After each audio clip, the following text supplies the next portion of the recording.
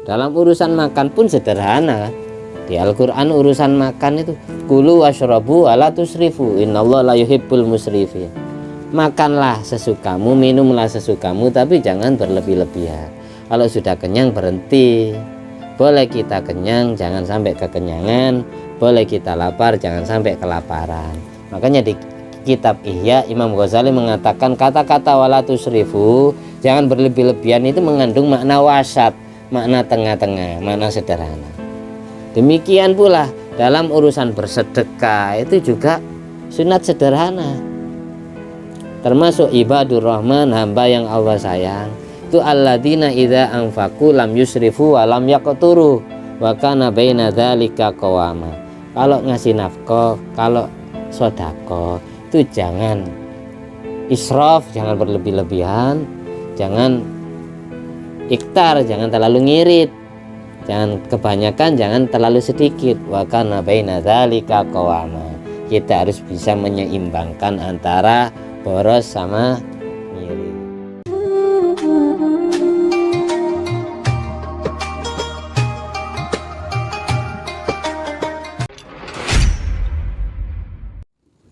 Assalamualaikum warahmatullahi wabarakatuh. Alhamdulillahirabbil alamin alladzi bi ni'mati tatimmus sholihat wa bi dzikri sulahai tatanazzalur rahmat wal barakat wassalatu wassalamu ala sayyidi sadat sayyidina maulana Muhammadin qutbil qadat wa ala alihi wa sahbihi alanjumi zahirat amma ba'du. Allahumma sholli ala ruhi sayyidina Muhammadin fil arwah wa ala jasadi fil ajazad wa ala qabri fil kubur wa ala alihi washabihi wasallim. Rabbi shrah li sadri wa yassir li amri wa hlul 'uqdatam min lisani yafqahu qawli. Rabbi zidni ilma warzuqni fahma. Allahumma aftah alaina futuhal arifin waj'alna khalisatan liwajhikal karim. Allahumma rzuqna fahman nabiyyin wa ilhamal malaikatil muqarrabin. Allahumma nawwir qulubana bi nuri hidayatika kama nawwartal arda bi syamsika. Rabbana fa'na bima 'allamtana. Rabbi 'allimna alladzi yanfa'una. Rabbi faqina wa faqih alana wa qarabatin wa ashabil lana fi dinina. Allahumma inna na'udzubika min ilmin la yanfa' wa qalbin la yakhsha wa amalin la yurfa' wa du'ain la yusma'. Allahumma sholli ala sayyidina Muhammadin wa ala ali sayyidina Muhammad madanil judi wal karam ba'il ilmi wal hilmi wal hikam wa barik wa sallim walhamdulillahi rabbil alamin. At-tahiyyatul mubarakatuh salawatu thayyibatu lillah. Assalamu alayka ayyuhan nabiy wa rahmatullahi wa barakatuh. Assalamu alayna wa ala ibadillahi sholihin. Asyhadu an la ilaha illallah wa asyhadu anna muhammadar rasulullah. Allahumma sholli ala sayyidina Muhammad wa ala ali sayyidina Muhammad amma shallaita ala sayyidina Ibrahim wa ala ali sayyidina Ibrahim. Barik ala sayyidina Muhammad wa ala ali sayyidina Muhammad amma barakta ala sayyidina Ibrahim wa ala ali sayyidina Ibrahim bil alamin innaka Hamidum Majid. Meneruskan bab kemarin, as-sidqu ma'asy-syekh, kejujuran terhadap guru. Diceritakan cerita kisah yang kedua, kana li ba'dil masyayikh muridun shadiqun. Ada sebagian seorang syekh, seorang guru mempunyai murid, mempunyai santri shadiqun yang jujur. Farada ayyam tahina sidqahu yauman. Dan kejujuran sang murid ini sudah booming, sudah terkenal di antara rekan-rekannya. Akhirnya suatu saat gurunya berkeinginan untuk ngetes kejujuran murid itu. Suatu hari gurunya ngetes sidqahu, kejujuran seorang murid itu. Faqala lahu marratan. Kemudian gurunya bilang kepada murid yang terkenal atas kejujurannya itu, ya fulan, wahai fulan, atuhibbuni, apakah kamu cinta kepada saya sebagai gurumu? Qala, muridnya jawab, na'am, iya ya sayyidi. Qala lahu, kemudian gurunya bilang kepada murid, man tuhibbu aktsara ana au abaka, siapa di antara manusia yang lebih sangat kamu cintai? Kira-kira siapa manusia yang lebih kamu cintai, saya apa bapakmu? Katanya gurunya ngetes kejujuran murid ini. Kira-kira kalau saya disandingkan dengan bapakmu, kamu lebih cinta yang mana? cinta aku sebagai gurumu atau cinta bapakmu? Lalu murid jawab, faqala anta ya sayyidi, saya lebih cinta panjenengan sebagai guruku. Faqala, lalu gurunya meneruskan, afara'aita in amartuka anta tiani bi ra'si abika atu'inuni atuti'uni. Kalau seandainya saya suruh kamu mendengar berita, afara'aita ini ay akhbirni. Biasanya setiap hadis ketika ada afara'aita pasti tafsiran hadis itu akhbirni. Kalau kamu mendengar berita, saya kok seandainya memerintahkanmu untuk mendatangkan atau untuk membawakan kepala bapakmu ke hadapanku, atuti'uni, apakah kamu nurut perintahku? Kalau kamu saya suruh, katanya gurunya, untuk membawakan kepala bapakmu ke hadapanku, apakah kamu nurut perintahku? Katanya guru. Ini ngetes kejujuran murid. Ini sangat, uji nyalinya sangat terlalu gitu. Maka kepala bapaknya suruh bawa ke hadapan gurunya. Kalau akhirnya si murid ini dari saking jujurnya murid itu bilang, ya sayyidi, wahai guruku, fa kaifa la uti'uka, bagaimana mungkin saya tidak nurut perintahnya jenengan? Walakini sa'ah turah, sementara yang sudah disaksikan, yang sudah jenengan saksikan seperti ini, jenengan kan sudah melihat kejujuranku. Fahadhaba min hini, mulai sejak itu tidak tunggu lama, si murid langsung pergi dari hadapan gurunya. Fahadhaba min hini wa kana dzalika ba'da an raqadan nas, kepergian murid ini untuk nuruti perintah guru untuk membawakan kepala bapaknya ini sesudah orang-orang semuanya tidur, keluarganya tidur, tetangganya tidur, dia pulang ke rumahnya. Fatasawwara jidara darihim wa ala fawqas sahti, karena rumahnya si murid ini sudah digembok, sudah dikunci pintunya, akhirnya dia melompat pagar, melompat dinding rumahnya kaum masyarakat yang hidup di sekitarnya, dan dia menaiki lantai atas, fauqa sukti, dia naik lewat atap rumah. Summa dakhala ala abihi wa ummihi fi manzilihima, kemudian si murid masuk ke rumah orang tuanya, ke rumah bapak ibunya. Fawajada abahu yaqdi hajatahu min ummihi, pada saat, karena ini masuk rumahnya malam-malam, pada saat itu bapak ibunya sedang in the high sedang esek-esek katanya, menemukan bapaknya sedang memenuhi hajatnya kepada ibunya, maksudnya sedang hubungan intim. Falam yumhilhu, si murid ini tidak menghiraukan bapaknya sedang seperti itu atau sedang tidur, biasa, dia tidak peduli meskipun bapaknya sedang asik-asik sama ibunya, demi mengabulkan permintaan gurunya untuk membawakan kepala bapak.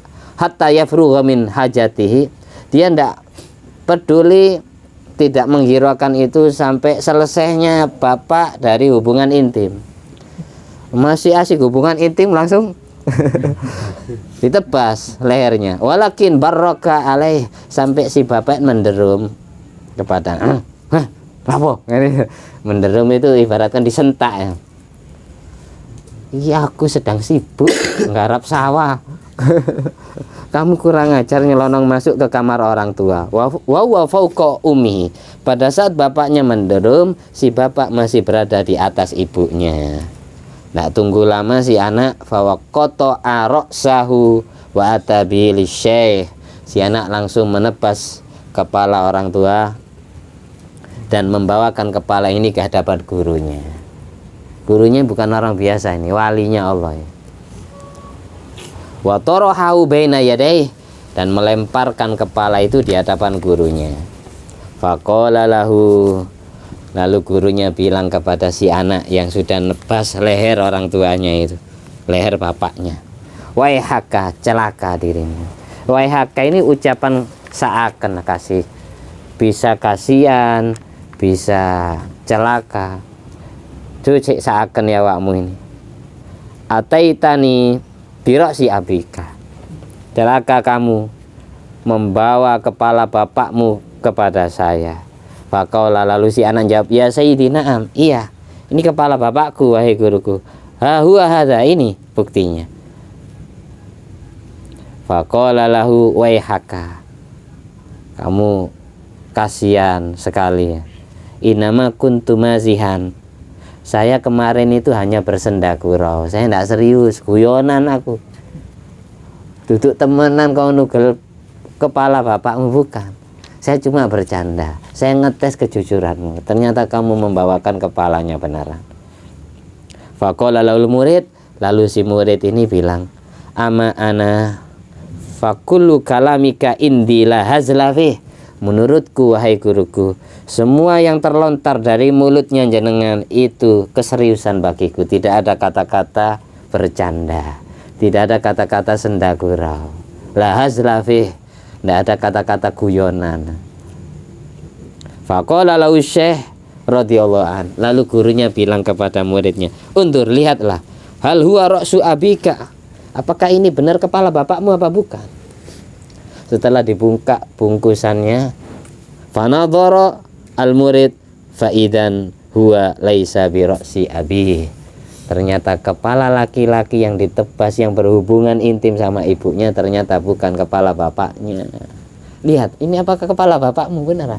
Setelah dibuka, karena setelah gelap, setelah tebas langsung bawa pergi, langsung dibungkus.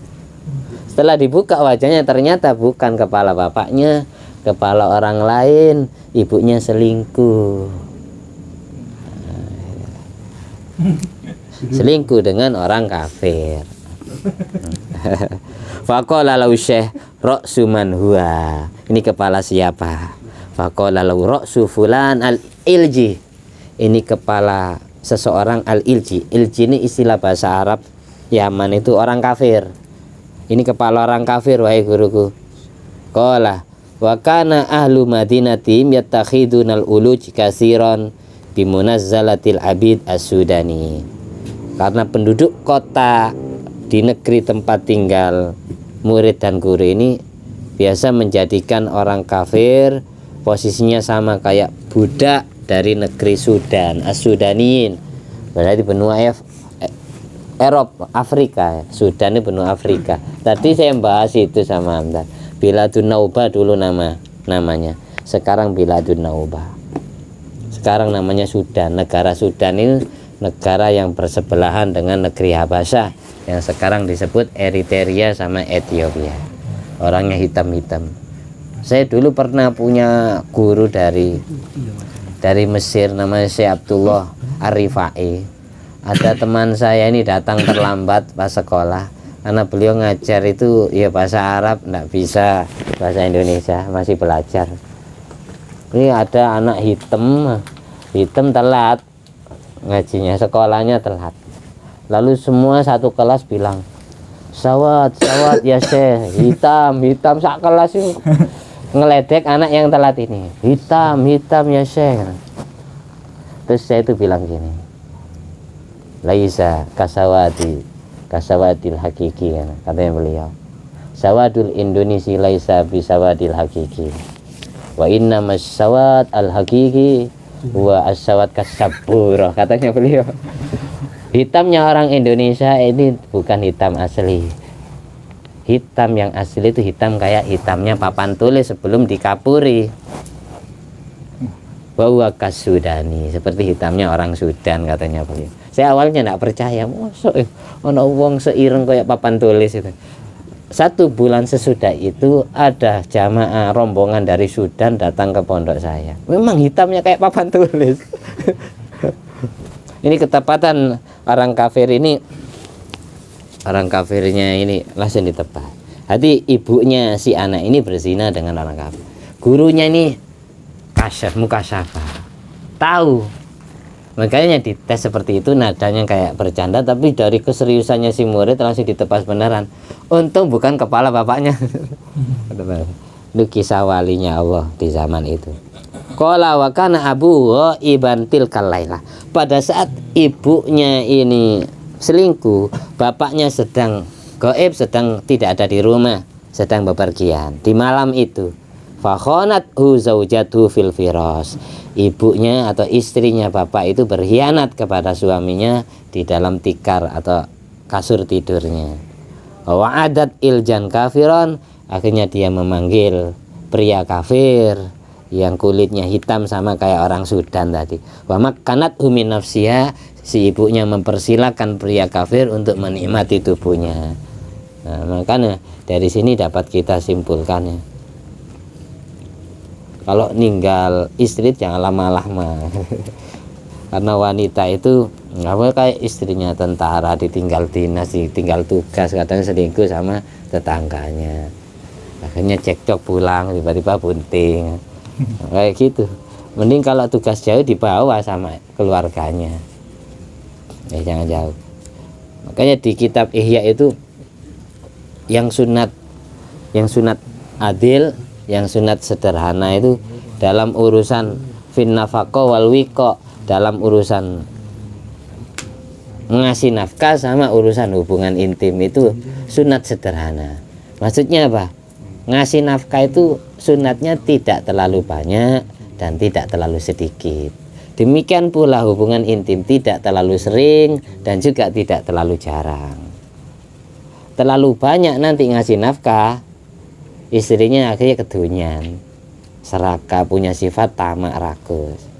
Makanya kalau punya uang itu habis hasil kerja itu jangan dibawakan istri semua.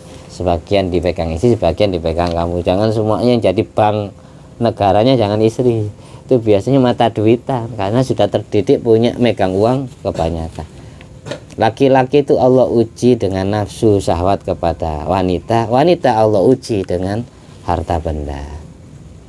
Makanya di Al-Qur'an zuyyina linnas hubbus syahwat minan nisa wal banin wal qanatiril muqantarah minadz dzahab wal fiddah. Yang jadi hiasan dunia bagi laki-laki nisa, nafsu kepada wanita. Tapi wanita kalau sudah punya suami tidak terlalu kepada suami orang. Tapi diuji banin, punya anak laki-laki, bangga dengan kehebatan anak, kegantengan anak laki-laki. Itu termasuk syahwat. Jadi termasuk syahwat itu kita membanggakan anak itu syahwat. Wal banin, makanya alakumut takasur. Takasur itu bangga dengan anak, bangga dengan banyak-banyakan harta, banyak-banyakan keturunan. Takasur itu ay tafakhur. Alhaakumut takasur hatta zurtumul maqabir, sampai lupa kalau bakal mati, bakal pulang kampung ke alam barzakh kuburan. Takasur ay tafakhur bil aulad, tafakhur bil amwal. Perempuan wal qanatiril muqantarah minadz dzahab wal fiddah. Wanita itu Allah uji nafsu kepada harta, yang kemewahan dunia lah, perhiasan, emas, perak dan seterusnya. Wal khailil musawwamah, ini umum, ini semuanya. Khailil musawwamah ya bahasa dulu ya, kuda yang dihias. Kalau sekarang ya mobil. Rata-rata orang itu ketika melihat orang punya mobil itu nafsu, syahwat.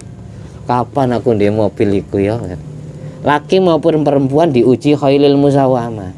Bahasa Al-Qur'an kuda, karena kuda zaman Kanjeng Nabi itu menjadi kendaraan yang kalau sekarang itu mobil. Nah, wal an'am, punya ternak, wal hars, punya ladang sawah yang luas. Itu diantara ujian-ujian dunia. Terus masalah hubungan intim, wanita itu kalau terlalu jarang disetubui maka gampang selingkuh.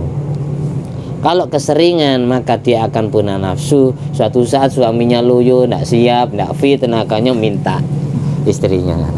Makanya jangan terlalu sering, jangan terlalu banyak. Terus berapa kali?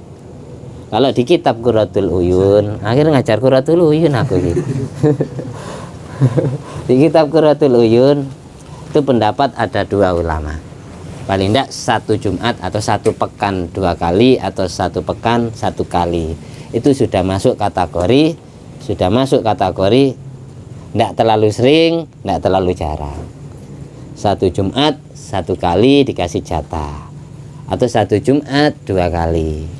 Satu Jumat 2 kali bisa hari Seninnya sama Jumatnya, maksud 1 pekan. Bahasa 1 Jumat itu 1 minggu. Karena nggak etis bilang 1 minggu orang Islam. Karena minggu ini ya kenang-kenangannya Belanda. Nanti 1 pekan. Selama 7 hari paling. Makanya di kitab Qurratul Uyun disandingkan dengan kitab Fathul Mu'in. Fathul Mu'in paling tidak alla yu'attilahunna arba'a layalin. Tidak mengkosongkan dari hubungan intim itu 4 malam sekali. Ini masuk dengan Qurratul Uyun 7 hari 2 kali ya. 1 pekan 2 kali. Paling tidak gitu. Jangan banyak, jangan setiap hari. Jangan terlalu puas. Suatu saat kamu bakal rapuh tua seloyo. Keseringan akhirnya suatu saat suaminya tidak siap, tidak fit, istrinya ketagihan. Akhirnya istrinya gampang melihat suami orang. Oh, bojomu kuat ya, mending ngobrol pada ibu-ibu aneh. Ngobrol, suamimu kuat berapa kali sehari? Jadi itu diilmoni juga nafsu itu. Nafsu kepada hubungan bagi yang sudah nikah dan yang akan nikah. Mengalir ilmu kan dia. Gara-gara iki anak nugel ndase malah cerita Qurratul Uyun. Jadi sunatnya gitu. Yang sunat al-adl sederhana dalam urusan nafkah sama urusan hubungan intim sederhana. Dalam urusan makan pun sederhana kan. Di Al-Qur'an urusan makan itu kulu washrabu wala tusrifu innallaha la yuhibbul musrifin. Makanlah sesukamu, minumlah sesukamu, tapi jangan berlebih-lebihan. Kalau sudah kenyang berhenti. Boleh kita kenyang, jangan sampai kekenyangan. Boleh kita lapar, jangan sampai kelaparan. Makanya di kitab Ihya Imam Ghazali mengatakan kata-kata wala tusrifu, jangan berlebih-lebihan itu mengandung makna wasat, makna tengah-tengah, makna sederhana. Demikian pula dalam urusan bersedekah itu juga sunat sederhana. Termasuk ibadur rahman, hamba yang Allah sayang, itu alladzina idza anfaqu lam yusrifu wa lam yaqturu wa kana baina dzalika qawama. Kalau ngasih nafkah, kalau sedekah itu jangan israf, jangan berlebih-lebihan, jangan iktar, jangan terlalu ngirit. Jangan kebanyakan, jangan terlalu sedikit. Wa kana baina dzalika qawama. Kita harus bisa menyeimbangkan antara boros sama ngirit, antara terlalu banyak sama terlalu sedikit. Ya apa? Sebab penghasilan setiap suami itu beda-beda. Nggak bisa kita contohkan nominal. Bahasa boros sama ngirit itu seperti apa? Seperti ya memenuhi kebutuhan sehari-hari, bukan memenuhi gaya hidup sehari-hari kan. Memenuhi gaya hidup ya kurang terus manusia. Kalau rezeki kita untuk memenuhi kebutuhan hidup insya Allah cukup. Tapi kalau untuk memenuhi gaya hidup insya Allah tidak bakalan cukup. Akhirnya muncul sifat tamak, sifat serakah. Hilang sifat qanaah, nerima apa adanya. Jadinya nerima ada apanya. Jelas ya. Ini banyak yang ngantuk. Jadi balik ke cerita ini, kisahnya seorang wali Allah punya murid yang sangat jujur sampai permintaan gurunya itu dikabulkan meskipun untuk membawakan kepala bapak. Tapi jangan ditiru, gurunya wali karena ngerti gurunya ini. Gurunya ini mukasyafah, Allah bukakan hijab alam malakut, bisa mengetahui kalau ibunya murid ini sedang berzina dengan pria kafir. Pria kafir ya langsung ditukel. Kalau seandainya dia orang Islam ya dirojam. Namanya zina muhson. Zinanya wanita yang sudah nikah atau laki-laki yang sudah nikah itu namanya zina muhson. Hukumnya rojam. Rojam itu dikubur tinggal kepalanya saja lalu dicambuki, dilempari batu sampai mati. Kalau zinanya orang yang masih perjaka belum menikah itu namanya zina ghairu muhson. Hukumannya apa? Dijilid, dicambuki 100 kali, dipukuli 100 kali. Itu bedanya jilid sama rojam. Di kitab Taurat, rojam ini dihapus oleh orang Yahudi, diganti ajarannya, jangan hanya dipukul. Hasilnya kitab Taurat, Injil itu sama dengan Al-Quran. Hukumannya zina muhsan ya dirojam, dipendam tinggal kepalanya saja lalu dilempari batu sampai mati. Seperti itu zina muhsan sama zina ghairu muhsan.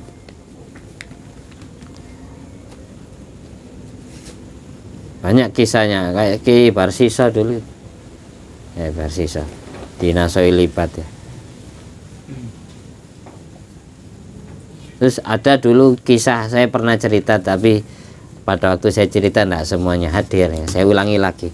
Dulu ada kisahnya Syekhona Holil Bangkalan yang masih kecil, sebelum beliau jadi wali besar, sebelum beliau mondok ke Pasuruan, mondok ke Sidoarjo, dan mondok ke Malang, ke mana itu, ke Mekah ya. Beliau masih kecil sama abahnya yang namanya Ye Abdul Latif itu dipasrahkan ke guru ngaji namanya Ki Daud. Makamnya sekarang ya tidak jauh dari makam abahnya Syekhona, ganti-ganti namanya Ki Daud. Pada waktu di hadapan Ki Daud, Syekhona Holil sama abahnya dipasrahkan. Kiai, ini saya pasrah anak. Ada perlu apa datang ke sini? Saya pasrah anak. Ajari Al-Quran, Holil ini. Ajari ngaji. Terus Kiai Daud bilang ke Ki Abdul Latif, bahasa Madura, pasrah ongku Kiai. Pasrah beneran Kiai. Iya Kiai, saya pasrah anak kepada jenengan. Diulangi lagi kedua kalinya dengan pertanyaan sama dan jawaban yang sama. Diulangi lagi ketiga kalinya dengan pertanyaan sama, jawaban sama. Pasrah beneran Ki? Iya, saya pasrah beneran.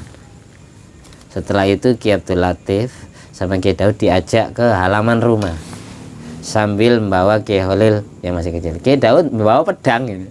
Syekhona Holil yang masih kecil ditebas lehernya di depan orang tuanya sendiri. Tapi anehnya, luar biasanya, subhanallah, Ki Abdul Latif diem, anaknya disembelih itu. Sampai tebas lehernya sampai wafat. Secara mata telanjang, mata dohir itu. Sampai wafat Syekhona Holil. Setelah itu sudah Kiai, iya, jenengan pulang. Nah, itu pas itu pagi subuh. Nanti habis maghrib ke sini lagi. Habis maghrib Ki Abdul Latif datang lagi ke dalamnya Ki Daud. Syekhona masih dalam keadaan terkapar, masih kepalanya masih terputus, meninggal dunia. Akhirnya ayo ke halaman rumah lagi, menghadap ke langit. Ki Daud ini langsung ngambil ludahnya diambil, diusapkan ke lehernya Syekhona Holil. Hidup lagi. Namanya karomah, nggak bisa dimasukkan ke akal, nggak bisa. Ini karomahnya wali. Seandainya ini cerita kepada halayak umum, mungkin orang nggak percaya. Kepada orang Wahabi nggak mungkin percaya. Nah, itu ngetesnya guru ngaji zaman dahulu, nggak nanggung ngetes pasrah beneran apa enggak orang tuanya ke gurunya. Kalau sekarang yang masuk HAM lah. Banyak ustadz, banyak guru ngaji dipolisikan, masuk penjara gara-gara mukul muridnya. Ini bukan nyembelih muridnya. Tapi setelah itu kisah ini saya diceritai Kiai dari Madura namanya Kiai Fayat. Kiai Fayat itu diceritai Al-Mafula Ki Abdul Syahol Bangkalan. Jadi yang cerita langsung cucunya Syekhona sendiri. Itu diantaranya. Terus ketika Syekhona Holil sudah bisa ngaji, sudah hatam Quran 30 juz, Ki Daud ini sudah hampir meninggal. Pesan ke Ki Abdul Latif, Kiai tolong Holil ini ngajikan ke kiai di daerah Pasuruan. Ada kiai yang alim dan termasuk waliun min auliyaillah, ngajikan Holil ke sana. Wis kalau sudah Holil hatam Quran, saya berarti sudah hampir pulang kampung akhirat. Nah itu akhirnya tidak lama dari itu Kiai Daud itu meninggal dunia, dan Syekhona Holil yang masih kecil ini dikasih sangu bekal untuk perjalanan ke Pasuruan, jalan kaki, naik kapal dari Madura Bangkalan menuju Pasuruan. Jalan kaki, dalam perjalanan selalu baca surat Yasin sampai ketemu gurunya. Sesampai di kediaman gurunya, pasnya di daerah Winongan Timur, gurunya sudah meninggal dunia. Kan jauh jalan kaki, Bangkalan ke Pasuruan itu berapa bulan? 1,5 bulan kalau jalan kaki. Kalau tidak punya toyul ardi lipatan bumi. Setelah sampai di sana ternyata kiai yang dimaksud Kiai Abdul Latif sudah meninggal dunia, yaitu Kiai Abu Darin atau yang terkenal dengan sebutan Mbah Tugu. Tugu itu diambil dari kampung beliau di Arab, namanya desa Tuko, artinya bahasa orang Pasuruan Tugu, di Tuko. Karena gurunya sudah meninggal dunia, nangis Syekhona, hanya ngaji di makam gurunya selama 41 hari 41 malam sambil puasa, mutih dan menghatamkan Quran setiap hari. Setiap hatam satu kali, Syekhona Wali langsung mimpi ketemu gurunya, diajari kitab. Ngaji kitab Jurmiyah, Imriti, Mutamimah, ngaji kitab Alfiyah. Sampai 41 hari, baru pamitan pulang ke anaknya Kiai Abu Darin. Loh, katanya mau mondok. Saya sudah belajar ke abahnya. Sudah hafal luar kepala, ngaji dalam mimpinya. Baru beliau ngaji ke Sidogiri. Kenapa kok ngaji Sidogiri? Tapi nak mukim awalnya. Dari Winongan ke Sidogiri baca Yasin setiap nyampe Sidogiri. Karena ketepatan yang jadi pengasuh Sidogiri masih pamannya sendiri, kakak daripada ibunya beliau, yaitu pengasuh keempat Kiai Nur Hasan bin Nur Khotim. Nah, itu Kiai Nur Hasan bin Nur Khotim, ini menantunya Kiai Mahali. Kiai Abu Darin dan Kiai Nur Hasan bin Nur Khotim ini muridnya Kiai Mahali dari Bawean, Pulau Bawean. Dulu ceritanya Kiai Abu Darin kenapa kok sampai bangun pondok di Winongan. Dulu pada saat nyantri ke Sidogiri, Kiai Abu Darin ini diambil menantu, tidak pernah mau sama Kiai Mahali. Dapat punyai Hanifah binti Mahali, tapi Kiai Abu Darin selalu menolak karena pesan orang tuanya, kamu mondok ke sana, kalau diambil menantu gurunya jangan mau. Kamu ke sana nyari ilmu, bukan nyari istri. Hanya ingat pesan orang tua ini. Jadi Kiai Abu Darin tidak pernah mau diambil menantu sama Kiai Mahali sama Bunyai Hafsah. Bunyai Hafsah juga setuju punya menantu Kiai Abu Darin, khatamnya Kiai Mahali. Kiai Abu Darin dari Jawa Tengah. Setelah itu suatu saat sama Kiai Mahali ini pas malam-malam habis sholat isya, Kiai Mahali ini langsung melemparkan batu ke arah timur. Cari sampai ketemu batu yang saya lempar. Kalau ternyata, dan kamu harus menemukan batu itu sebelum subuh. Subuh kamu harus sudah iktikaf sholat jamaah subuh di Masjid Sidogiri. Kalau sampai nak ketemu, mau nak mau, kamu nak boleh nolak, harus mau jadi menantuku. Pokoknya dicari beneran sama Kiai Abu Darin ke arah timur, nemunya di daerah Winongan batu itu. Terus ternyata Kiai Mahali habis tahajud persiapan sholat subuh, Kiai Abu Darin sudah ada di masjid iktikaf. Ketemu batunya, habis sholat subuh ditanyai, nggih Kiai, mana ini? Ketemu di mana? Daerah Winongan Timur ya. Kamu dakwah di sana, ngajar di sana. Itu berarti tempat kamu. Tempat kamu dakwah. Jadi kiai-kiai zaman dahulu seperti itu. Ngasih isyarat muridnya langsung seperti itu. Logika akal ya nak masuk akal orang melempar batu jauhnya kayak gitu. Makanya karomah itu tidak bisa dimasukkan akal. Ketika para nabi Allah kasih mukjizat, maka para wali Allah kasih karomah, sesuatu yang khariqul adah, yang menyalahi adat kebiasaan. Yang penting kita imani, kita percayai, tidak perlu kita rasio pakai akal. Kita masukkan ke hati, jangan dimasukkan ke akal atau ke dengkul. Ya gitu kalau karomah. Dan daunnya Yai Nawawi Abdul Jalil dalam kitab Al-Ma'man Minad Dhalal, mukjizatnya para nabi, karomahnya para wali itu sesuai masyarakat atau kaum yang dihadapi. Beda-beda, tidak ada yang sama. Ada nabi yang tidak mempan dibakar, kayak Nabi Musa, kayak Nabi Ibrahim. Ada nabi yang mempan dibakar, Nabi Musa. Ada nabi yang malah disembelih sama kaumnya, tidak kebal, Nabi Zakaria, Nabi Yahya. Tidak ketemu. Jadi adanya karomah itu tidak bisa ngukur ketinggian derajat. Ada walinya Allah yang kebal, ada walinya Allah yang sakti, ada yang tidak sakti.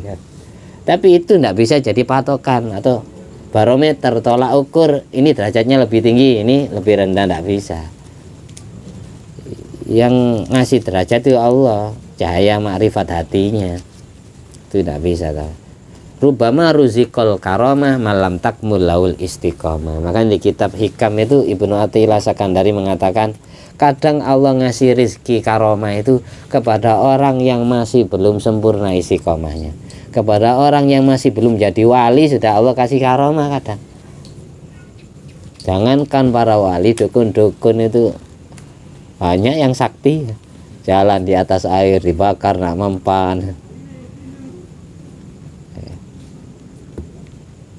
Kanya at-toyu filma, jalan di atas air, at-toyu al-masyu fil hawa, jalan di angkasa, terbang, toyul ardi, melipat bumi. Itu tidak bisa jadi patokan, tolak ukur ketinggian derajat seseorang di sisi Allah, tidak bisa.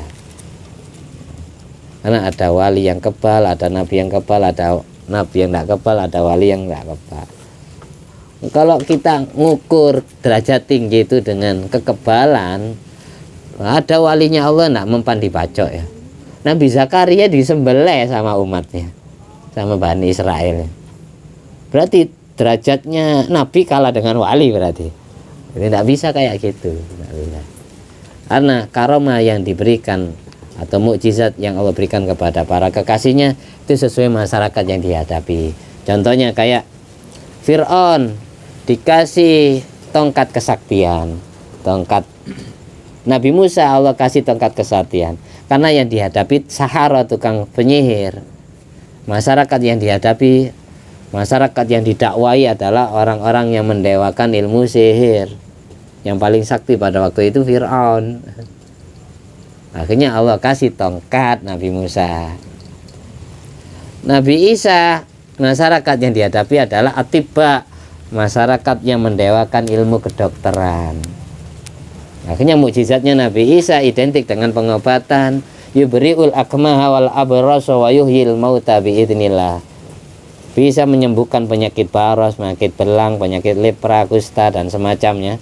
Bisa mengobati orang yang buta sejak lahir atau orang yang ketika lahir tidak punya mata langsung dibuatkan mata. Bisa menghidupkan orang yang sudah mati. Kan pada waktu itu 3 hal ini semua dokter di zaman Nabi Isa tidak menemukan obatnya. Sehingga dengan adanya itu melemahkan musuh-musuhnya Nabi Isa, yang jadi mukjizat.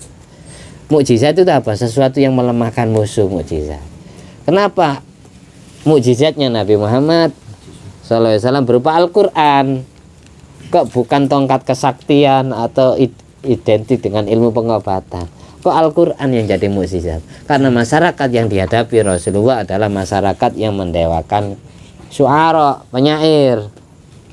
Zaman dulu itu, di zaman Kanjeng Nabi diutus di bangsa Quraisy, syairan. Ibaratkan sekarang puisi, pantun, prosa, sajak itu bisa dijual di pasar, bisa diuangkan. Kalau orang membuat syairan indah yang tidak tertandingi oleh yang lain, itu dianggap wow, dianggap hebat. Pada waktu itu penyair Arab tidak ada satupun yang bisa menandingi tata bahasa sastra Al-Quranul Karim. Makanya di antara sahabat Nabi yang masuk Islam gara-gara membaca Al-Quran itu adalah sahabat Umar bin Khattab. Setelah baca surat Toha 17 ayat meyakini bahwasanya ini yang buat bukan manusia tapi Tuhan alam semesta. Dari situ kemudian beriman. Sayyidina Umar masuk Islam di tangan Rasulullah SAW. Seperti itu. Jadi, jangan sampai ngukur orang ini hebat atau enggak dengan karomahnya, dengan kesaktiannya ya. Jangan, keliru kamu, keliru. Kadang ya di sekitar kita ada wali kita enggak tahu. Istri enggak tahu kalau suaminya wali, suami enggak tahu kalau istrinya wali, atau bapak enggak tahu kalau anaknya wali, anak enggak tahu kalau bapaknya wali. Allah sembunyikan, Allah tutupi. Subhanalladzi satara sirral khususiyah bidzuhuril basariyah. Maha suci Allah yang bisa menutupi sifat khususiyah, sifat istimewa yang bersemayam di dalam diri kekasihnya dengan menampilkan sifat basariyahnya, sifat menungsoni, sifat manusiawinya. Karena wali juga makan sama seperti kita, minum tidur sama seperti kita, guyonan bersendagura sama seperti kita. Sehingga orang-orang yang hidup di sekitarnya tertutupi. Semut cari gajah sampai kapanpun tidak ketemu kalau jalan di perut gajah karena terlalu dekat. Coba menjauh baru sadar kalau gajah itu besar. Misal semut itu. Kenapa? Makanya di tafsiran surat Wadduha, alam yajidka yatiman fa'awa. Di dalamnya ini ada pertanyaan. Malaikat Jibril bilang kepada Allah, yatima nabiyuka, Nabi ini jenengan yatim ya Allah, bapaknya meninggal, ibunya meninggal, bapaknya meninggal, ibunya meninggal. Terus Allah jawab, ana kafilun lah, saya yang merawatnya, saya yang menanggungnya, saya yang jadi bapaknya, saya yang jadi orang tuanya langsung, orang tuanya Muhammad. Makanya ba'dul ulama, su'ila ba'dul ulama, sebagian ulama ditanyai, kenapa orang tuanya Nabi kok ditakdir meninggal dunia sebelum Nabi dilantik menjadi Nabi di usia 40. Orang tuanya meninggal di usia Nabi 6 tahun, bapaknya 2 bulan. Nabi bayi usia 2 bulan, orang tuanya meninggal. Ibunya meninggal pas waktu itu Kanjeng Nabi masih usia 6 tahun. Kenapa orang tua Nabi Allah takdir meninggal sebelum Nabi dilantik menjadi Nabi? Jawaban ulama, li'alla yakuna li makhlukin mannatun alaih, agar tidak ada satupun makhluk Allah yang mengungkit-ungkit kebaikannya kepada Nabi Muhammad. Kok seandainya Nabi dilantik jadi Nabi, bapaknya masih ada, bahasa kita ya, bapak ini pasti meremehkan anak. Allah tidak mau terjadi kayak gitu. Nanti kon mat, aku dadi nabi metu ae. Nah, aku nang awakmu nintunya, ibaratkan sekarang gitulah. Kalau ada anak jadi wali, paling bapak yang tidak percaya. Kau ini teko aku, kau ini darah dagingku. Kayak metu ae. Bahasanya gitu ya. Allah tidak mau kayak gitu. Di alla yakuna li makhlukin mannatun alaihi, agar tidak ada satupun makhluk Allah yang ngungkit-ngungkit kebaikannya, jasanya kepada Nabi Muhammad. Tapi di dalam kitab Kasyifatus saja disebutkan bapak ibu Nabi pernah Allah hidupkan kembali pada saat Nabi dilantik menjadi Nabi. Tujuannya apa? Bukan disuruh baca kalimat syahadat, bukan, karena sudah mengikuti ajaran leluhurnya Nabi Ibrahim, Nabi Ismail. Tapi biar jadi umatnya Rasulullah. Jadi tujuan kenapa bapak ibunya Nabi pernah Allah hidupkan lagi ketika Nabi diangkat jadi Nabi. Tujuannya biar jadi umatnya Rasulullah. Umatnya Kanjeng Nabi ngetop wong tuane dadi umatnya. Nabi Isa umatnya Rasulullah. Nabi Khidir umatnya Kanjeng Nabi. Nabi Ilyas, nabi-nabi yang belum meninggal dunia itu umat. Jadi umatnya Kanjeng Nabi itu ada ya orang tuanya, ada anunya lagi, apa itu, nabinya Allah juga jadi umat. Yang tidak boleh jadi umat itu Nabi Ibrahim. Nabi Ibrahim itu dulu sebagaimana di kitab Qaumi Utuyan diceritakan Senawi Banten, Nabi Ibrahim pernah minta izin ke Allah agar dijadikan umatnya Rasulullah SAW. Tidak bisa Ibrahim, kamu leluhurnya Muhammad, agama Muhammad meneruskan agamamu. 10 kitab yang aku berikan kepadamu itu nanti diteruskan. 30 kitab yang aku berikan kepadamu, suhuf itu nanti disempurnakan oleh Al-Quran. Kamu tidak bisa jadi umatnya Muhammad. Muhammad ini anak cucumu. Terus ajarannya Muhammad meneruskan ajaranmu. Wa nahawitu ilaika nittabi millata Ibrahim hanifah. Akhirnya gimana caranya? Ya akhirnya Nabi Ibrahim usul, saya ingin sodako kepada umat Muhammad yang pahalanya mengalir terus sampai hari kiamat. Akhirnya Nabi Ibrahim disuruh diizini masuk surga untuk mengambil kafur surga. Lalu ditiupkan dari langit, semua bumi yang dijatuhi kafur surga itu akan jadi lautan yang menghasilkan garam. Jadi garam ini kenapa menjadi sunnah? Ketika makan sunat dibumbui garam. Karena ini sodakonya Nabi Ibrahim kepada umat Nabi Muhammad sampai hari kiamat. Wis cukup, mudah-mudahan bermanfaat, amin. Al-Fatihah. Iya kan. Alhamdulillah alladzi at'amani hadzal ilma wa razaqani min ghairi haulin minni wala quwwatin. Allahumma sholli ala sayyidina Muhammad wa ala ali sayyidina Muhammad bi fadli subhana rabbika rabbil izzati amma yasifun wa salamun alal mursalin walhamdulillahi rabbil alamin. A'udzu bikalimatillahi tammati min syarri ma khalaq.